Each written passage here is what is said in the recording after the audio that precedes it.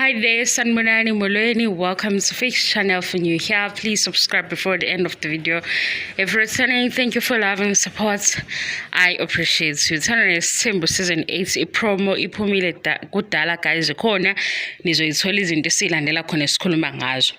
Lana ke ngiphendula umbuzo umacele umayeni ubaba uMseleku umpumelelo nolwandle.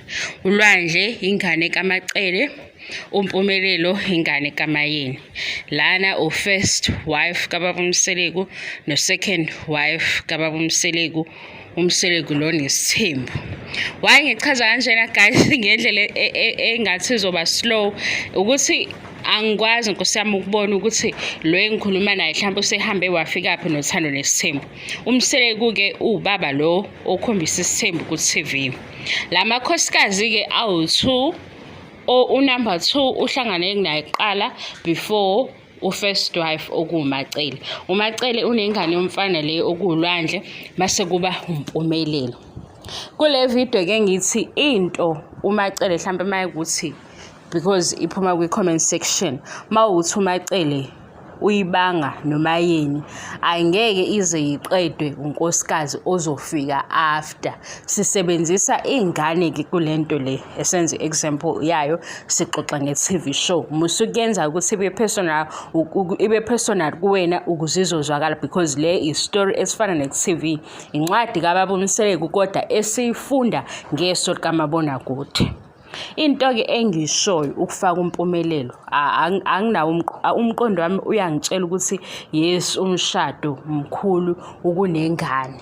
Into ke ebengiyisho kuleya video mhlambe ekugejile ubaba uMseleku manje from ku season 2 if ku season 3 uma enomcimbi la ezokhuluma khona ngomndeni wakhe because lento ayenzayo ngomndeni impilo yakhe wenza imark ipattern kaLwandle nompumelelo. But ngoba kunompumelelo indlela akhuluma ngayo ayiqondile. Indlela akhuluma ngayo fanele abalansise into ayishoyo. Uthini kubaba uMseleku example number 1. Ubaba uMseleku wenza umcimbi uhlanganisa umndeni yakhe yonke lana sekuhlanganisa namakhosikazi akhe ukukhona uCele, uYeni, uKhumalo, uNgwabi. Uthi kule mndeni enabantu abadala unenkosana okuMpumelelo noLwandle. Why kunjalo? Ingoba khona umpumelelo before uLwandle. Yilento ke ngithi ngisho ngathi uMseleku kuba namakhosikazi awu10 ngeke izizishintsha. Kube indlela esesibabuka ngabo la ku TV because mangibuka ku TV ngihleze ngithi mina ngifisa sengathi indlela thina esibuka ngayo ku TV show eziviewer akusiyo indlela ingane ezifila ngazo. Angeke uze ukufune ukucinge ukuthi uMseleku ku TV unokubeka usibindi before uLwandle kodwa inkosana yangempela ngalabo abazisizulu bathi uLwandle. Ake sithi ngoba lento sibuka ku TV mase kuba ke nama comments amacele esibuye sithi engabe yilento yini eyinkinga. Ngilento ke ngisho ukuthi noma kungafika amakhosikazi awu20 ayikwazi ukujika lento ngoba isinjalo vele. Kwizingane zesithembu masibuka izingane zesithembu njengoba uMseleku ebagruma ebafundisa usibindi already usewuMseleku okhulayo because manje istory reality show le yabantwana sekuwumpumelelo kuphela okuyicenter yale story kodwa bakhona abanye abantwana and masimlalela umpumelelo uthi lezi ngane zesithembu zibe khona bekuwumbono kababa wakhe ucoach ubaba wakhe. Ngilalele enye interview yaSibindi uLwandle uSneh bengekho kabanye abantwana bebesakhuluma ngo season 1 izingane zesithembu ethi ke uLwandle yena nje uhleze seduze kwababa wakhe uhleze sebenza nobaba wakhe. Mawungafuna social media uyayifakazela lento esho uLwandle injalo-ke into. Lona-ke osephuma ne-comment yokuthi inkinga hlampe yindlela uMseleku a-treat-a ngayo abantwana obuka i-TV show. Angithi obuka ukuthi kwi-TV show kuncane mhlampe ukubonda kaMseleku noLandle ku-TV, okuyi-firstborn kaMacele, okuyiyona nkosana ngoba ephume emshadweni. Mase kuthi uSibindi uMseleku umenza iqanda kakhulu.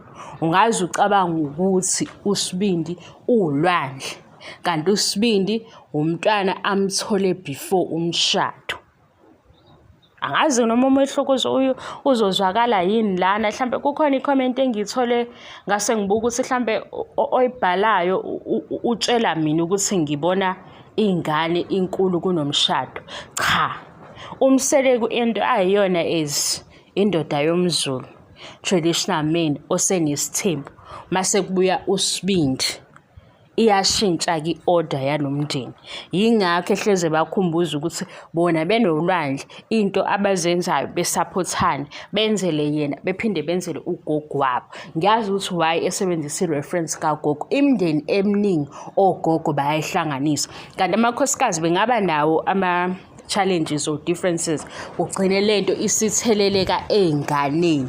So yingakho mangithi uMacele mayelwa noMayeni kuyafana, uSibindi ukhona ngoba uSibindi owenza ukuthi uMseleku ashintshe ukukhuluma. Yilana futhi esizwa khona uMacele ethi yena enye into uyavuma ngoba akafuni ukuthi uMakalandle uyanqaba. Singazi ukuthi kanti yonakelephi lento. Uyizwise-ke futhi okwesimiliyoni. Lento engikhuluma ngayo kufana nokuthi sifunda incwadi ebhalwe ubaba uMseleku wayivala laphaya, wayiveza lapha ku-TV show. Akusho ukuthi sakha umoya omubi ngokwenza i-review yento esivela sibuka ku-TV. Angazi-ke noma omunye useyayizwa.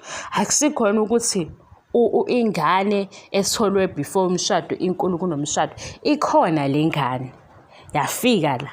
Masifikile sekuba nama-changes. Ama-changes athini? uMseleku akasho ukuthi inkosana yala ekhaya uLwandle, ahambe naleyo ndaba iphelele.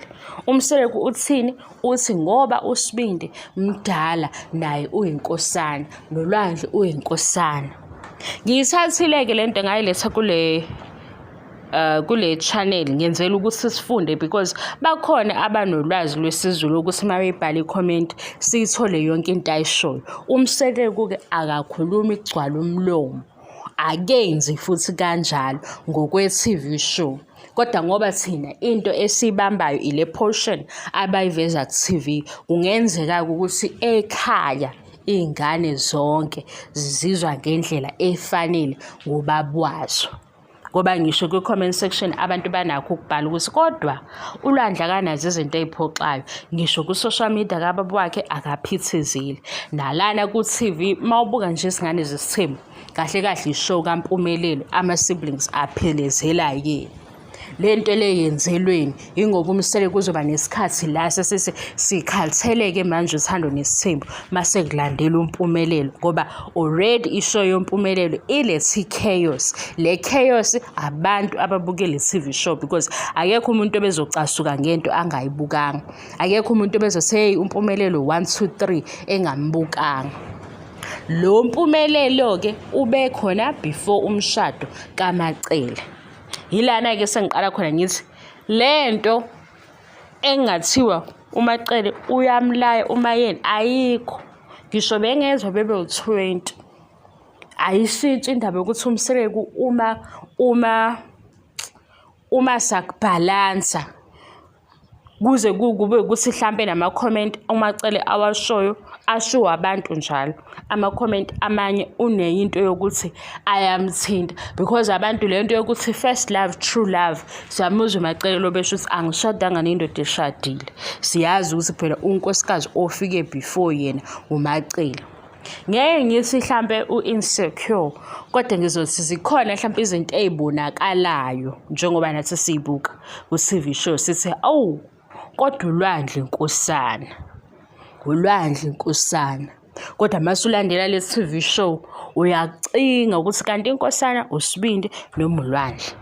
Yizwa-ke okwesimiliyoni i-review ifana nokufunda incwadi ukhulume ngalento osuyitholile. Lena esikhuluma ngothando nesithembu siyithole khona, akusho ukuthi sidala ukushisa kumndeni ongakhandwanga yithi. Umndeni loya ukaMseleku uyaqhubeka ngaphandle kwekhamera, kodwa le portion eseyingxenye yekhamera ne-TV show ile sikhuluma ngayo. Also-ke ngiyakwazi ukubaluleka komshado nokubaluleka kwentombi. Yingakho mangikhuluma ngoMayeni noMakhumalo ngithi bekuvele kuzoba impossible ukuthi unkosikazi ahloniphe intombi egcekeni. Lapho ngikuvezela ukuthi yini enkulu yini encane, konakale lapho. Ziningi izinto esisifunda siyilalela kulesi sithembu sakho sibona ukuthi yageja-ke la. Mhlawumbe ukuba omunye wabasekhaya waseyabuya ngesikhathi esithile bekuzoba nesisindo, because leya situation yokuthi kunonkosikazi ngapha, kuno-girlfriend ngapha, kunentombi ngapha, kunonkosikazi ngapha, ayenza ukuthula. Lapho-ke ngiya kuleli phuzo lakho lokuthi ungitshela ukuthi hawu ingane before marriage ayisho lutho. Umehluko-ke ubaba uMseleku le ayithole before marriage uyenza ibe nkulu ukunale ayithole emshadweni. Ku-TV ngithi sezwana ku-TV ekhaya-ke sithemba ukuthi ubaba uMseleku leyo nobuhlakani uyabona ukuthi umisa kanjani ukuze ingane zingazizwa ngaleyo ndlela, ukuze futhi nabazali okuwomama masebekhuluma ingane zingabi naleyo nto. Kodwa mase sibhekisisa nje siyabona ukuthi uSibindi ngokwe-TV show uSibindi yena ngathi ubekwe ngaphambi kwaLwandle. Siyabona futhi ukuthi uLwandle hayibo nakho nje uLwandle kwakwephathi yakhe kumele ukuthi abe uMr Phathi eyihlalele ephathini waphuma ngemoto. Uma sekubuza ukuthiwa Landle uvumelene, akasakwazi uLandle ukuthi asho phela ukuthi usuyabona ukuthi kunaleyo nto leyo. Angazi singayichaza kanjani, kodwa kwetholayo enye into guys mina ngixabani nani nize nibambe leyo. Okunye njengoba ngisekhaya nje kwamaholide isikhathi asingivumeli, into engeke ngize ngikwazi ilo ozofika ethi ubhorekile mase ngiyabuye ngisikombe iyiphi iphathi lekubhorayo suke sesikubani, uyabo anginayo solution yaleyo nto. Kodwa into engiyazi ukuthi kunama options amaningi kule platform, ungayichoose into oyithandayo uyeke lo ongayithandi ukuze kube mnandi. Okunye Nkosi yami ngiyabonga ngesupport, ngiyabonga angiqedi. Ngiyazi ukuthi nginecala ukuthi nje the whole 2024 ngisebenzisa ifoni engawazi ukuthi inginike isikhathi sokuthi ngibe busy kwi-comment section. Ngiyazisola kakhulu ngalokho, kodwa guys ngasho ekuqaleni ngathi yabo ukufunda usuke wenza imali akulula. Manje into yokufunda angifuni ukuphoxeka, angifuni yabo ube mdala mase uyafeyila ngeke ngathi ukubuyela ezincwadini ikhona engikulungisayo. Manje isikhathi saphika udu, yingakho ama-reviews ami bengihleze ngisho ukuthi ngizothatha ama-questions kwi-comment section ngiqhubeke nento engiyenzayo, because lento lena iyangisiza. Ngeke ngikwazi ukuma kancane, kodwa ngesikhathi ngiyenza ingakho ngilobu ama-video amaningi mhlawumbe ozoyithola hayibo ufix uyachaza, hayibo ufix udiniwe. Manje sengibuye ngisase ngokuthi yabo i-comment mawuzongidelela nami usho kwi-reply yami sekufanele ukuthi ngikudelele. Uma kuwukuthi i-comment edinga ukuthi ngichaze nami ngiyaphendula, ngiyachaza ngathi nje i-channel yami izohamba kanjalo ngingabi nankinga. Ngabona kuba khona worried ukuthi why ubaphendula nje, ngathi hayi ingakuhluphi leyo.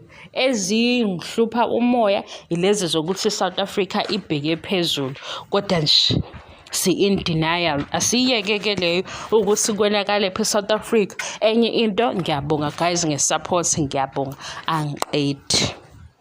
Hayi noma sengikuphendule kahle yini lo mbuzo waSibindi noLwandle, nokuthi mhlambe-ke yini uma acela egcina ingasamphathi kahle, ngoba nakuthi masekubuya siyi-viewer sesithi awu kodwa lo mntwana yena uhambo okumele ngabe nje kuye odonswa like ingane ejabulisayo. Ngicabanga ukuthi umzali yiyo asuka athanda ukujabulisa kakhulu, kodwa akufani ke. Ngiyabonga kakhulu i-support guys, bye.